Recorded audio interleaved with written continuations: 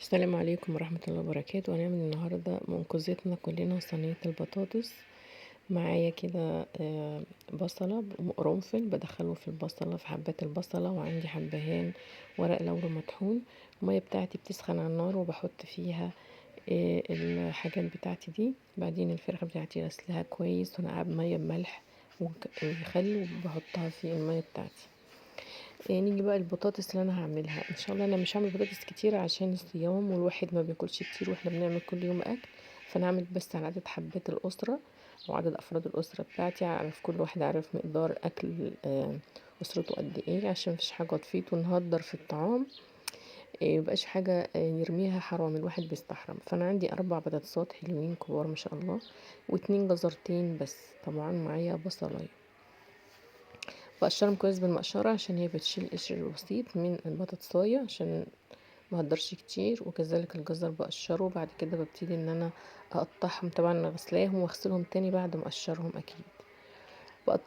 بقطعهم سمك مش تخين ولا رفيع، سمك متوسط، بحيث انها تستوي كويس، تبقى مستوية مع الفراخ. بقطعها وبقطع بقية الخضار بتاعي. بعدين هرصهم طبعا في الصينية.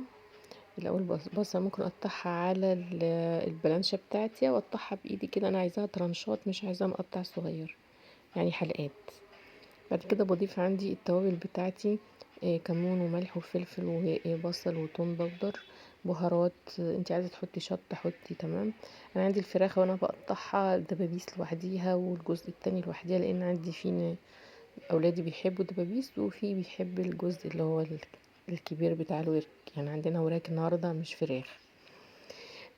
الموجود عندك، اما تحطي فرخه كامله تقطعيها وتحطيها حسب ما انتي عايزه براحتك، تمام. ده المتوفر لدي. بعد كده الطماطم انا ضربتها في الخلاط مع قرن فلفل احمر. بعد كده بضيفها على الفرخه بتاعتي والبطاطس بالشكل ده.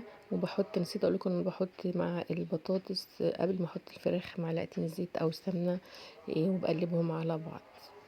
وده شكلها. بعد كده هدخلها الفرن. لا، الاول احط طبعا ليمونه، بعصر ليمونه عليها على الوش عشان تبتدي تحمرها كده معايا وتدي مزازه جميله في الاكل. دخلها الفرن لحد ما تاخد لون. وده شكل البطاطس بتاعتي ما شاء الله.